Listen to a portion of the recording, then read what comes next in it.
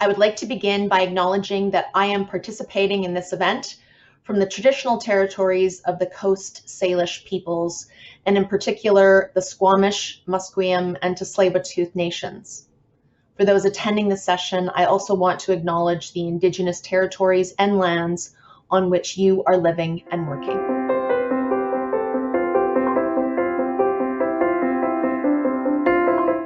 Welcome to the second episode of the Future Builders series. I'm Jill Schnarr, the Chief Communications Officer at Telus, and I'm your host for this series. At Telus, we are passionate about the intersection of social purpose and world-leading technology to drive change and enable remarkable human outcomes. And this is what this series with Elevate is all about. We are all making the future friendly together. Technology, data, and insights are powerful aspects of modern life, changing everything about how we work and learn, how we run our cities and support our communities, and even how we get food to our table. And today, we're talking all about food. The world is set to require 70% more food in 2050 than it did in 2009. But we don't have more fields to produce it in. We can, however, make those fields more efficient thanks to digitization. Agriculture and food production are key components of Canada's economy. And now we're using technology and data to ensure our food supply is more efficient, healthy, and accessible. To tell us more, we have Chris Terrace, Vice President of Global Strategy at Telus Agriculture. For the last 20 years at Telus, Chris has led teams in operations, product management, process improvement, systems delivery, and now agriculture. Chris and his team have been on quite a journey over the last 2 years, building on their technology expertise for application in the agriculture space, from growing food to getting it to stores to our dinner table. Having just launched at the end of last year, Telus Agriculture has already built substantial scale and scope across the industry and in more than 50 countries around the world. So Chris, to get us started, what's the first time you came face to face with our agricultural system? That is an interesting question, Jill. It's funny when we think about agriculture. I always quote this American author and essayist. His name's Wendell Berry, and he writes a lot about agriculture. And he says eating is an agricultural act, or if you eat, you're involved in agriculture. So, I mean, arguably, the first time I ate is probably the first time I came face to face with agriculture. But I mean, for me, I think we all have those stories, around our families and our friends and things like that in terms of how agriculture has touched us and what that looks like. For my family, my aunt and uncle actually had a cranberry blueberry farm just outside of the Lower Mainland in Haney, kind of Pitt Meadows area. So I can remember going there in the summer and picking blueberries and, spending time there. And that for me is probably my first real introduction into agriculture, although at the time, I didn't think that. I just thought it was cool. I could go grab blueberries off of the plants on the ground and things like that. So that for me is probably the first foray into ag. Wow, and now you're helping actually integrate data and insights now into the food value chain. So agriculture and data sounds like an unlikely pairing at first. So let's dive into the fundamentals of how these worlds can actually intersect and how Telus can add value here. So when we talk about agriculture, the image that most often comes to mind is a farm. Is that what we're talking about here? It is, but it's a lot more than that. When we think about agriculture at Telus, I think when we started down the path, we really romanticized the notion of farming and what that looked like. So tractors and farmers and primary production. And we started to think about that as the place where we wanted to apply Telus technology from a business standpoint. But when we looked at it, we said there's a bigger ecosystem here. So we took a step back, and when we're thinking about agriculture within the Telus construct in terms of what we built, there's really three markets that we're focused on. The first is agribusiness. So that's actually all those companies that supply inputs to farmers and producers. So you've got input manufacturers, and that could be like Bayer or BSF or Syngenta. You've got ag retail, which would be companies like Nutrien or Richardson, and then you've got banks and equipment manufacturers. So think of everyone that supplies something to a farmer as being one of the verticals that we're focused on. The second is the one that we probably all get excited about when we talk about agriculture, and that's farm and ranch or primary production. So where production actually takes place, and that could be row crop or high value crop like leafy greens and berries, or permanent crop like pistachios or almonds or vineyards, and animal agriculture. And we believe we have to have a toehold in solutions for production there, both from a software and an IoT standpoint. And then the last, the notion of agri-food and CPG and retail. And that's where you've got companies like grocers and restaurants, distributors, consumer packaged goods companies, and things like that. And that's really the food side of it. So when we think about agriculture at Telus and really what we're building, we're really talking about building something that connects all of those different verticals or those markets, from agribusiness to primary production to agri-food. And for us, that is really the agriculture ecosystem that we're focused on. Wow, that's incredible. There's a lot of different players. There's a lot of different, it's not just food, it's also animal agriculture, as you talked about. So it's a fairly complex system or ecosystem. What role does data actually have to play now in that system? Yeah, for ag, it's a company that has been, or industry, pardon me, that's been slow to adopt digital technology. And I think of it a little bit like where Telus was on our healthcare journey, maybe 10, 12 years ago, where you'd walk into the doctor's office and they'd pull that manila folder out, write some things down and escort you to the examination room and so on. But it was all very analog in terms of the data that was captured, and it wasn't connected between the patient records, the physician or clinician, and obviously the pharmacy and insurance and things like that. Today in agriculture, I would say we're very much in a similar place to where healthcare was a decade ago, where there's a lack of digitization. So I think the first hurdle we have to overcome in agriculture is actually digitizing the activities that take place. And when we think about a standpoint, a lot of the challenges that we feel that we have in terms of competition are pen and paper and whiteboards, in terms of who we're competing with. But what has to happen is that data has got to be converted from analog to digital. And then more importantly, and I think this is what we've done really well in the healthcare space, is start to exchange that information across the ecosystem. So data is key. I think the initial capture of data and digitization of actions is probably that first hurdle that we're working on right now. But being able to exchange it upstream to input manufacturers and ag retail, and then more importantly downstream to food companies, is a really important part of where data sits within the ecosystem today. Okay, so what you're saying here is that data is key. Data is the magic here, along with the insights that you get from data, because you have to be able to not only acquire the data, but you have to be able to glean the insights and perspectives from it. So can you talk to us about what this actually means for, say, a grocer? Yeah, actually last week I was looking at some really cool things that we're doing with grocers from a cold chain standpoint. So let's say I'm a grocer and I'm ordering strawberries, and I want strawberries from a particular distributor, and I want them in my store, and I want to make sure that I have them fresh and I'm able to actually manage them within the store, that my customers are getting fresh strawberries and there's a good shelf life associated with them.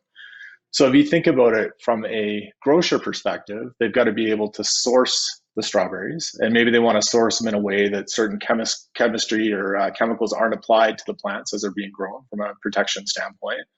They want to know when they've actually been packaged. They want to know the path on which those strawberries took to get to the store. And more importantly, they want to know the condition of the strawberries throughout that transport. So when you think about the things that we do from a TELUS agriculture technology standpoint, we'll manage compliance in terms of chemicals and pesticides applied to the strawberries, so you know how they were actually produced.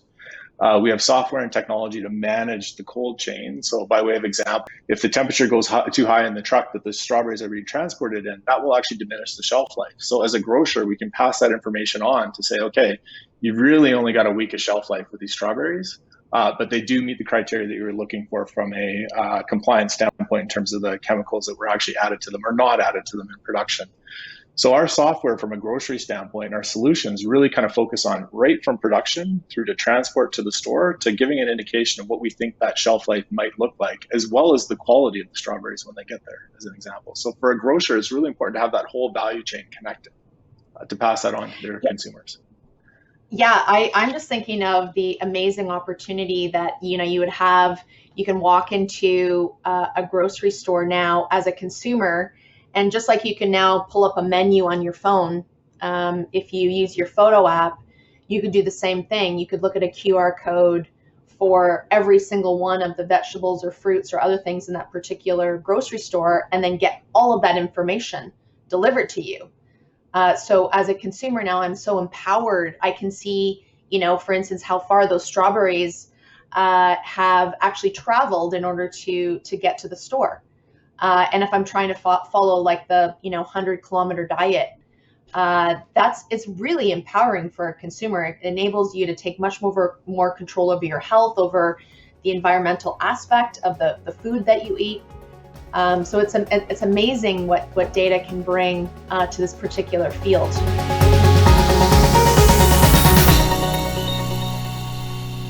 Okay, so we're going to move on to the next segment, which is viewer questions. And earlier we asked some of our viewers to submit their questions on the role of data in agriculture, because I think it's a fascinating comment. So let's look at some of those submissions now. Ag tech sounds cool, but what does it actually mean to me as a consumer? And are there any benefits to me over and above what we already just talked about? Yeah, I think the benefits for a consumer start with the table stakes. When we talk about food today, there's two sort of pieces that are really influencing the digitization of agriculture, in my mind, beyond production, where farmers are interested in software and technology to help them produce more with less inputs. One is this regulatory compliance that's kind of coming down today. And in Canada, we see it. In last year, we saw the Safe Food for Canadians Act come to bear, which really was enforcing one step forward, one step backward traceability within the value chain. I talked about consumers and their interest really in understanding where their food came from. But I think there's a number of table stakes items that are really important to consumers out there. The first is around traceability. So if there's something wrong with the food, can we pull it off the shelf and do we know where it came from? The second is the safety of the food, quality, transparency in terms of how it was produced. And I think the table stakes around food transparency, authenticity, and safety, like that is the key component, I think, for a consumer to actually feel good about the food that they're purchasing. And then I think when you get into other components from a kind that our ecosystem and our data sets will help to support over time, it's the notion of kind of value-added attributes, and we talk a lot about them, but you've really got to have data to kind of back those up. So like the example that always bounces around in my head is the notion of grass-fed beef. So if I go to A&W, if you've watched the commercials and grass-fed beef, how can I actually prove that if you kind of go back into the value chain? And I think from a consumer, having the right data, you say that the animal is raised in a sustainable and safe fashion, was fed grass throughout its life cycle before being processed and ultimately ending up on your burger. Being able to do that is a really key component for consumers as well. So I think that's the tangible benefits that they see. Absolutely. So, okay, we've talked a lot about, consumers and the benefits that they will get out of this. And you've said farmers are looking to actually adopt digital solutions. So what does going digital actually offer a farmer? Yeah, there's a couple of different elements to that. The first is I would say the equation that we use all the time from an agriculture standpoint, and that's, can I use less inputs? So can I use less land? Can I use less nutrients? Can I use less chemicals and pesticides to actually produce the inputs, but also produce a higher yield? So if you're adopting software that helps you manage that, I think you've got a better economic outcome as a farmer, and that's key. And I think that's table stakes in terms of what we're trying to accomplish.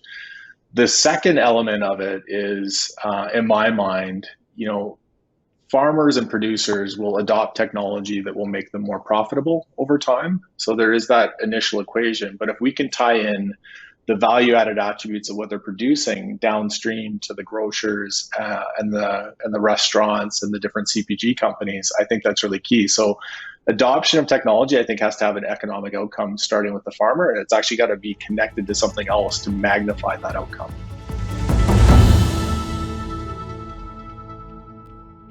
Okay, let's move on to the Future Builders Challenge. So in each episode, I provide our guest with a real world scenario and then challenge them to share an example of how technology can positively impact our lives. So, all right, Chris, walk me through the journey of your favorite breakfast in the ideal agritech system from seed to plate.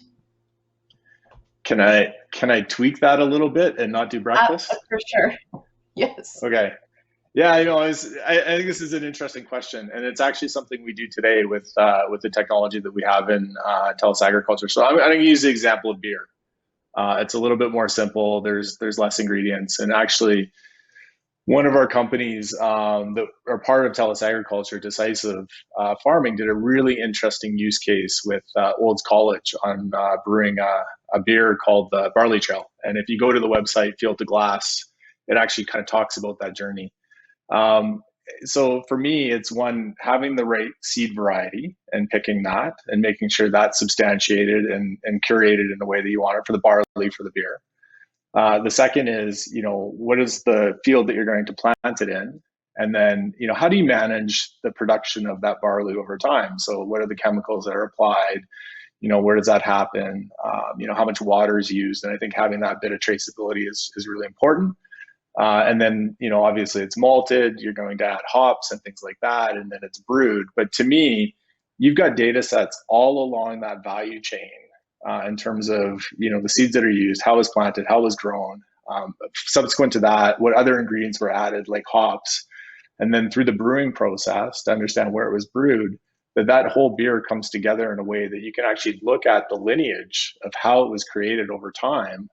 And actually, when you're drinking the beer, take a look at it and say, okay, I know where it came from. I know how it was produced. And to me, as a consumer, that's a really fascinating, path to go down to try and understand that. It's probably a little bit more simple with beer because there's not as many ingredients than perhaps breakfast. But to me, that's where the technology that we have today is being applied in a real tangible example to look at traceability right through to consumption. Yeah, no, that's awesome. And given, so many people have become really artisan users of beer, I think they'd be really interested to hear that sort of thing, for sure. Okay, so we started with the fundamental benefits of data and technology in agriculture. Now let's shift to focus on the potential longer term benefits. So let's spend a moment on the big picture. When we talk about using data insights to manage resources more efficiently, we can't help but talk about the climate crisis. What are the stakes here? What is you're doing in agri-tech actually going to benefit the environment? Yeah, that's a great question, and I think it's one that ends up being very contentious and important in the agriculture industry. Agriculture is generally seen as being a net emitter of anthropogenic greenhouse gases, and it really kind of comes back to why we need technology in agriculture when you think about the big picture. And you touched on it in your opening comments, Jill. We've got this challenge where we really don't have more arable land. We've got a precious resource in water that is challenged, I would say, around the world, particularly in some of our agricultural intensive agriculture areas that we have, like California, by way of example. And we've got this increasing demand for food, and it's really clear that agriculture has to play a role in that. And I think it starts with the simple equation that I spoke about earlier.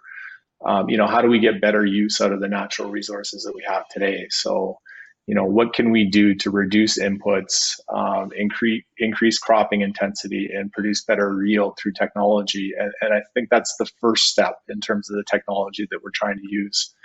And I think our goal with Telus Agriculture is really to leverage technology, innovation, and data to produce food for the expanding population in a manner that's much more safe and certainly much more environmentally friendly. So, that comes down to our cloud-based farm management platforms that you kind of plan and track your on-farm activity.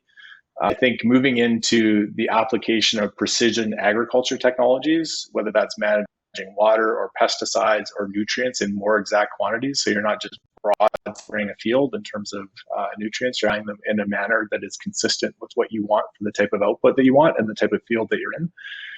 And then really, one of the challenges that we have in agriculture today is food waste. And the FAO, estimates that 1/3 of food that's produced today is wasted. And that's either wasted from production to the grocery store, or once we have it in our homes, like we don't always eat all the food that's in our homes. So to what extent can we actually manage from production to the grocery store, the transport of that food, so it doesn't go to waste and so it's used in a more efficient fashion? And I think the contribution of all of those different elements and the technology that we have to apply to them will be a big step forward from a climate impact perspective. Wow, that's amazing. You know what? Actually, I saw the other day that there was a study of Canadians and what they were thinking and feeling, as we go through this, global health pandemic. And you would think that Canadians would mostly fear, getting the virus, but that was actually number 4 on the list. The first was losing their job. The second, they were concerned about a cyber attack. And the third, they were concerned about climate change. So Canadians are actually more concerned about the environment and sustainability than they are about getting COVID-19. So, bringing things a little bit closer to home and thinking about, this global health pandemic that we're all still continuing to experience. And even knowing, at the beginning, people were starting to hoard things. And we saw grocery shelves being empty, and a lot of people were concerned about, getting access to the things that they would require. So how will this actually help as we continue to go through this global health pandemic? How will this help consumers be able to navigate it? Yeah, I think the one thing that COVID-19 underscored for me from an agriculture is the fragility of our food system. So if you think about, going and not seeing, by way of example, I think beef is a good example of where we had challenges in the value chain in terms of production. It became really evident early days that our food ecosystem is so interconnected, but we don't really have good insight into it in terms of what's happening from a production standpoint versus what's making it to the shelves. So when I think about what we're doing from a technology standpoint, it is very much around trying to break down those silos to make sure we understand what's happening in terms of production versus transportation through to the stores versus what ends up being consumed by a consumer like you or I. And I think being able to have that insight is going to drive a completely different understanding of our food system that we don't have today. And I think it was right for consumers to be concerned about walking into stores and seeing empty shelves because we didn't have answers at that point in time as to why. And I think the type of technology that we're putting in place and certainly the conversation that has created is really about trying to link those elements together to make sure that we do know why and in the future we can manage it on a proactive basis through data. Yeah, it's very intriguing. So last question. In your eyes, what's the one thing you want people to be excited about when it comes to agritech? Wow, that's a really open-ended question.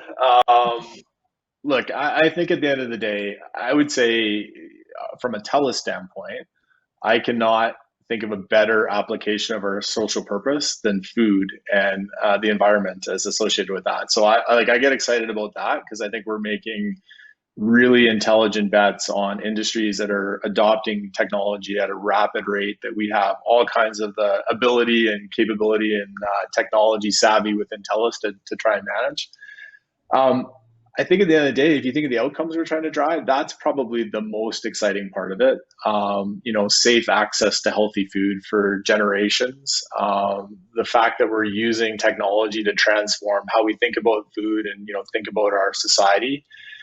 And I really do believe that, we're going to find better ways to grow and deliver our food in a more sustainable fashion that will reduce our environmental footprint. So you think about the socioeconomic impact, the health impact, the environmental impact. All of that will be driven by taking technology capability that we have today within Telus and verticalizing it for something like agriculture. I actually can't think of a more exciting place to focus our technology than agriculture. So thank you, Chris, and thank you to everyone joining us today. To learn more about Telus Agriculture, please start with a visit to telus.com/agriculture. Hope to see you for our next episode on technology and society on April 21st. To register, visit elevate.ca. And if you have a minute, please complete our feedback survey. Hope you have a great day, and thank you.